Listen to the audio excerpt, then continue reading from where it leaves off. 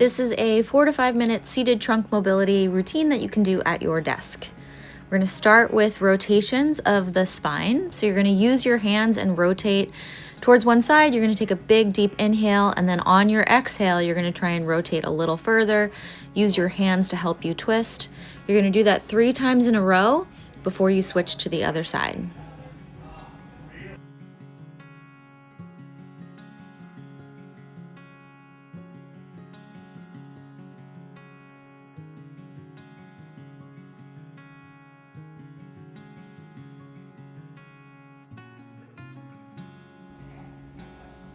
Now, as you twist and when you take that inhale, you really want to think about expanding your entire rib cage, and then a nice slow exhale, and that's when you're going to push your hands into your chair. It will be easier if you have a computer chair with a back.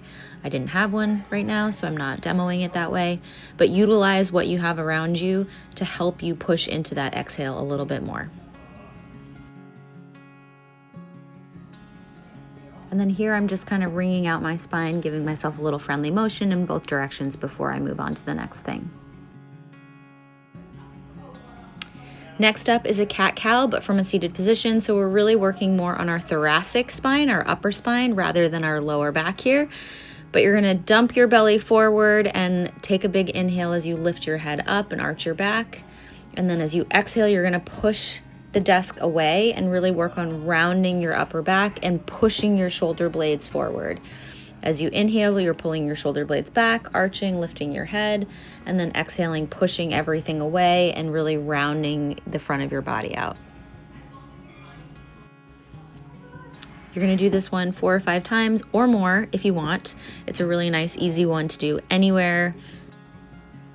It's just important that you not rush through it and that you really work on full arches in both directions.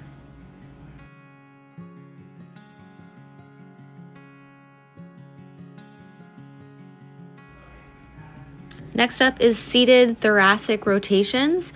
So this is a little bit of a tricky one, just in that it's easy to fake the motion, but you're gonna try and keep your rib cage relatively over your pelvis, and I'm gonna forward fold, side bend, and then rotate, pull my chest up.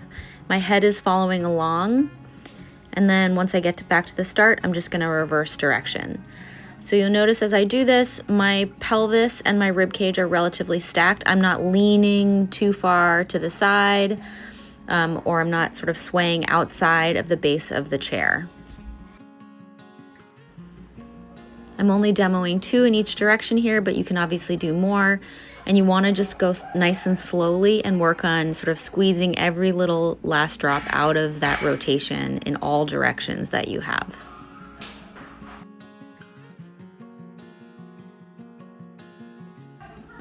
And then last up is the same exact thing, but for your cervical spine, for your neck.